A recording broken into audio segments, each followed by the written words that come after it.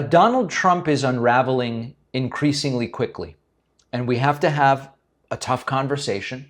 There is no pretending otherwise. Trump is increasingly unable to respond coherently to basic, straightforward questions. How did you decide, or why do you want to reopen Alcatraz as an island prison? We talked about this on the bonus show yesterday, and then Trump was asked about it. He didn't answer. We're going to look at the clip. Trump asked a really simple question: why do you want to reopen Alcatraz?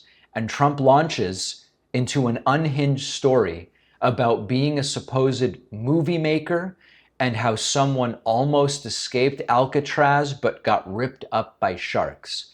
This is the President of the United States. Take a listen to this. How did you decide to reopen Alcatraz? Can you walk us through that decision? Did I say what? To reopen Alcatraz, how will you use it? How did you come up with the idea? Well, I guess I was supposed to be a movie maker. We started with the movie making and we'll end. I mean, it represents something very strong, very powerful in terms of law and order. Our country needs law and order. Alcatraz is, I would say, the ultimate, right? Alcatraz, Sing Sing and Alcatraz, the movies. But it's right now a museum, believe it or not. A lot of people go there. It housed the most violent criminals in the world, and nobody ever escaped. One person almost got there, but they, as you know the story, they found his clothing rather badly ripped up, and it was a lot of shark bites, a lot of problems. Nobody's ever escaped from Alcatraz, and just represented something strong having to do with law and order. We need law and order in this country. And so we're going to look at it. Some of the people up here are going to be working very hard on that. And we had a little conversation. I think it's going to be very interesting. We'll see if we can bring it back in large form, add a lot. But I think it represents something. Right now it's a big hulk that's sitting there rusting and rotting. You look at it, it's sort of, you saw that picture that was put out. It's sort of amazing. But it sort of represents something that's both horrible and beautiful and strong and miserable, weak. It's got a lot of qualities that are interesting, and I think they make a point. Okay, are you? These are truly the confused ramblings and rantings of someone who does not know what is going on. What does that even mean? That is not a policy explanation. It is not even a coherent anecdote. These are disconnected, random words coming out of the mouth of someone who has no grip on what is actually happening. This is the man that millions, tens of millions of Americans want in charge of the nuclear codes. And it only gets worse. After New York Catholic cardinals condemned a Trump meme portraying himself as the Pope, Trump lashed out.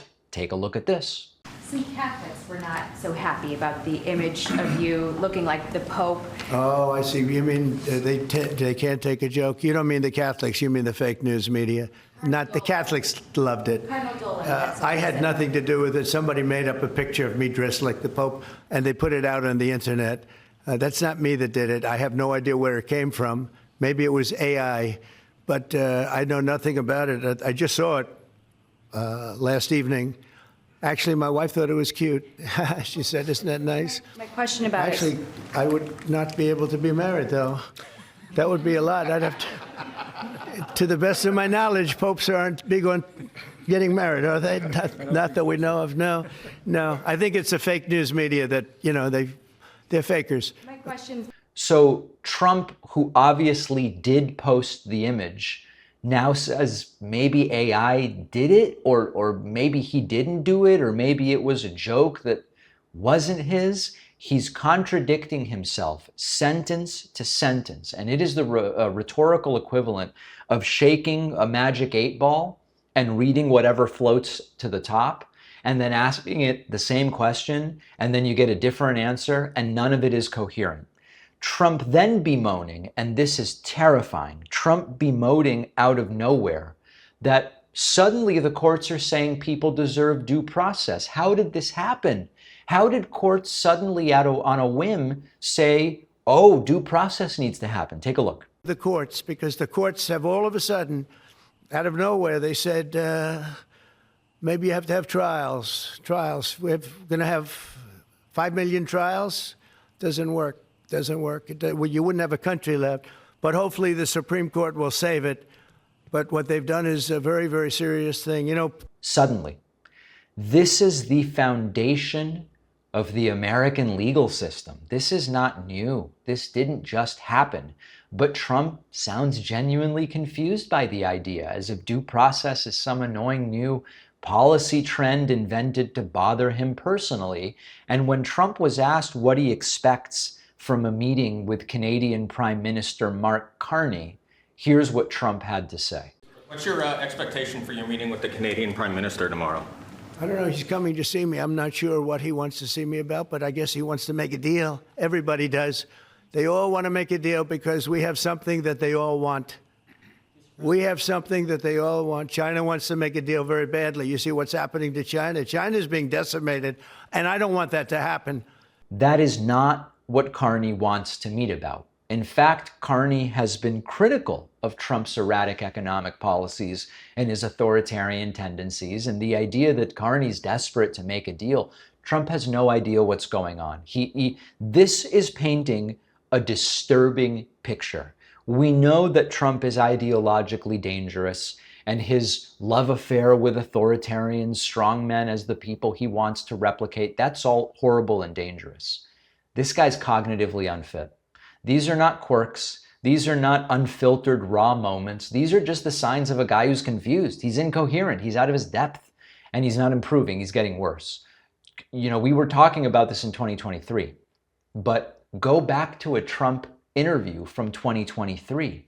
He was far more coherent then than he even is now. Never mind 2021, where he had already declined significantly from 2018.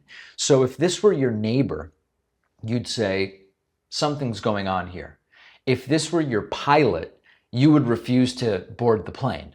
But this is the president who is now saying, I'm doing everything and I know all the answers, but he can't even coherently answer the most basic of basic questions. Later in the show, we're going to address why is Trump so obsessed with dementia tests? And there's something in his family history that I believe explains it. Make sure you're getting our daily Substack newsletter. Go to davidpakman.substack.com to sign up. We'll take a very quick break and be right back. I don't have a cat myself, but many friends and family do. And lately they have all been talking about Smalls. So when Smalls came on as a sponsor, I wanted to learn more. Smalls is a fresh take on cat food because their recipes are protein packed, made with ingredients you would actually recognize from your own fridge. No preservatives, nothing artificial, real food made for cats. That's why Cats.com and Forbes both named it best overall cat food. Friend of mine recently mentioned their cat seems excited when the Smalls boxes show up. They tried putting it side by side with the old food. The cat went straight for Smalls, which is a pretty good sign. If you've got a cat, give Smalls a try. Smalls is offering my audience 35% off plus an extra 50% off your first order with free shipping. Just go to smalls.com, use the code PAKMAN. The link is in the description.